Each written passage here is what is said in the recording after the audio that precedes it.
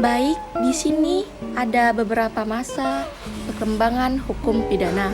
Yang pertama ada dalam masa Kerajaan Nusantara. Pada masa ini, masa Kerajaan Nusantara, banyak kerajaan yang sudah mempunyai perangkat aturan hukum. Aturan tersebut tertuang dalam keputusan para raja ataupun dengan kitab hukum yang dibuat oleh para ahli hukum. Tidak dipungkiri lagi bahwa adagium ubi societas ibi ius sangatlah tepat, karena dimanapun manusia hidup, selama terdapat komunitas dan kelompok, maka akan ada hukum.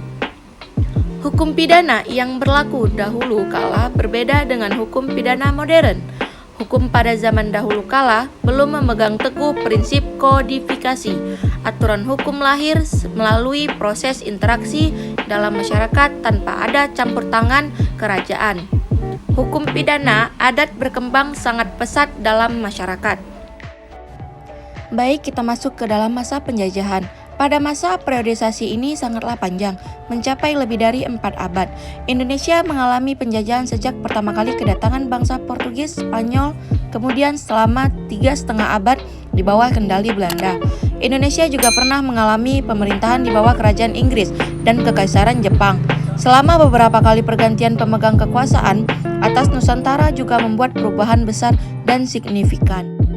Nah, pada masa ini, perkembangan pemikiran rasional sedang berkembang dengan sangat pesat.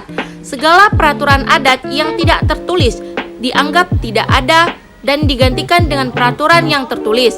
Tercatat beberapa peraturan yang dibuat oleh pemerintah kolonial Belanda, seperti Statuta Batavia.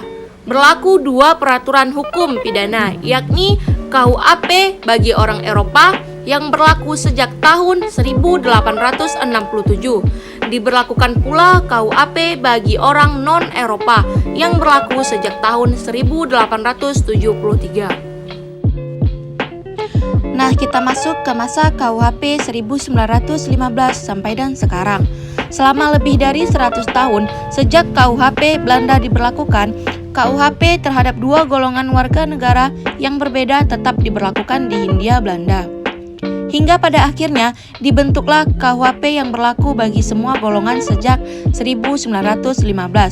KUHP tersebut menjadi sumber hukum pidana sampai dengan saat ini. Pembentukan KUHP nasional ini sebenarnya bukan merupakan aturan hukum yang menjadi karya agung bangsa. Sebab KUHP yang berlaku saat ini merupakan sebuah turunan dari Netherlands Strafwetboek. Apakah ada usaha pembaruan hukum pidana di Indonesia?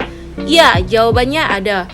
Pembaharuan hukum khususnya hukum pidana di Indonesia dilaksanakan melalui 2 jalur, yaitu yang pertama, pembuatan undang-undang yang maksudnya untuk mengubah, menambah, dan melengkapi KUHP yang sekarang berlaku.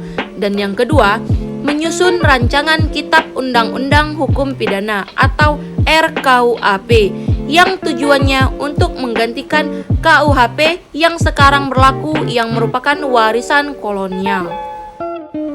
Baik, di sini ada beberapa peraturan perundang-undangan yang mencabut, menambahkan atau menyempurnakan pasal-pasal dalam KUHP, antara lain sebagai berikut.